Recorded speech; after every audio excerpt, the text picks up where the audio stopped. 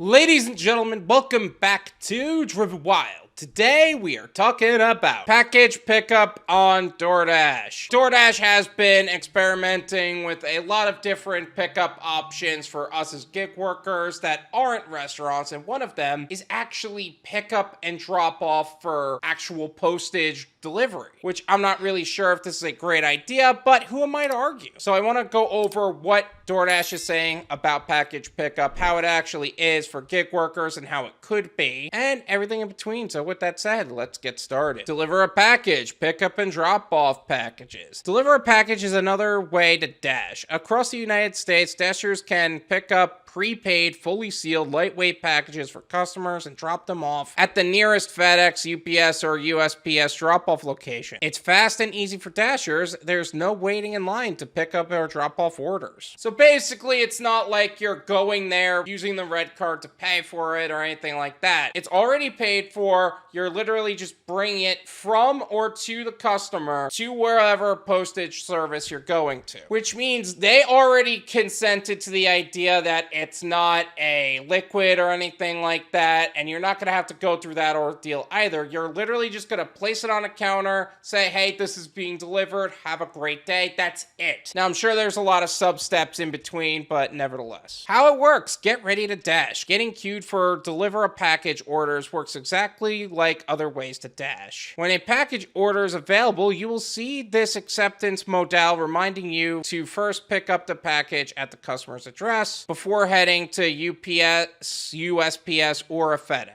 Now keep in mind, this said UPS, USPS, or FedEx. This doesn't have to do with Facebook Marketplace at all. That's a completely different subject. I actually made a video touching on it a little bit. I believe it's called peer-to-peer delivery. I'll leave that in the description. Feel free to check it out. And of course, it's going to end up looking something like this. Package retrieval from the customer. Once the order has been accepted, head to the address listed by the customer to pick up the package. Looks like there's a fair amount of QR code scanning for this. So you pick up the package and you just basically follow the instructions in order to get that done. No big deal. Drop it off at the mail carrier. Upon retrieval of the package, head to the address of the mail carrier. Package drop off. Please take a photo of the receipt to send the customer to conclude the package pickup. Okay, so it's not like you just drop it off and that's it. You do have to actually get a receipt from the people. Make sure you take a picture of it and everything else. I feel like if you're talking about USPS, UPS, or FedEx, what they're going to end up doing is if they have a line, they're going to ignore you for a while. Then they'll address you for whatever reason. There might be a long wait to finish this order. They basically give you a setup that almost looks exactly like a contactless delivery, but you do have contact with the mail center, so it is what it is. Pro tips: confirm the pickup instructions with the customer beforehand. If it is a QR code, the customer must provide that to you via in-app chat. Oh, so they have to send you a QR code. It's not an option, but you do have to connect with them and all that good stuff. Figure out what the best way is for you. Packages should be sealed unless otherwise noted. Take a photo or note how many packages are being picked up before heading to the desired mail center. I would just go with the photo. I don't even want to risk the concept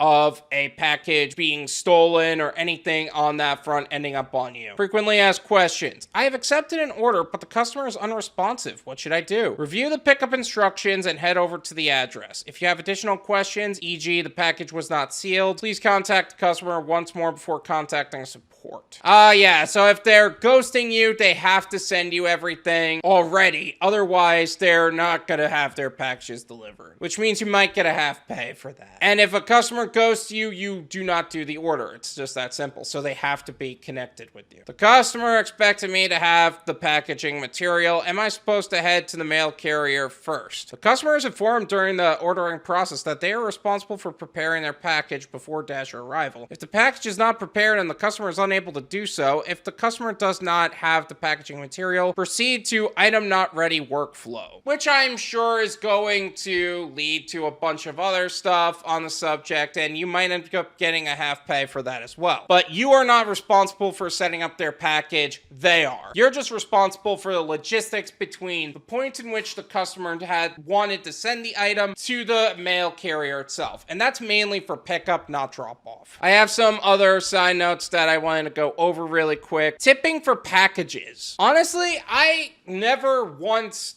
tipped my mail carrier, to be perfectly honest. But I do know that there are people that tip for packages, so I can't say that you won't get tips for this, but it's gonna be few and far between. You never know what you're delivering. Again, we've talked about the concept of it can't be liquid, drugs, or whatever. Because you don't know what you're delivering, you can't confirm that, and if it is something illegal, immoral, and unethical, you kind of have to be okay with the idea that you kind of have to take their word for it. I don't think that it would end up falling on you so much the customer, but keep in mind that may happen to you someday if you do risk that. Package stealing. I'm sure you've heard of porch pirates. From my premonition, I believe that porch pirates are going to become Doordash pirates, especially for people who don't take this kind of work seriously. And they're going to lead to a lot of package theft, which is very illegal. And I hope that people are held accountable if they do end up experiencing that. But I think that's a risk that the customer is going to end up taking, is dealing with Doordash pirates in that regard. So expect that to end up falling on you as well, as far as that type of discrimination. But let me ask you something. Did I miss anything in terms of package delivery? Is there something else about package delivery that I have not spoken about in this video? Let me know in the comments. Let's make sure all perspectives are heard and anything we need to know about package delivery is addressed up front right here. Thank you so much for watching. I really appreciate it. As always, make sure to hit the like button, subscribe if you're new, and I'll see you guys next time. Peace!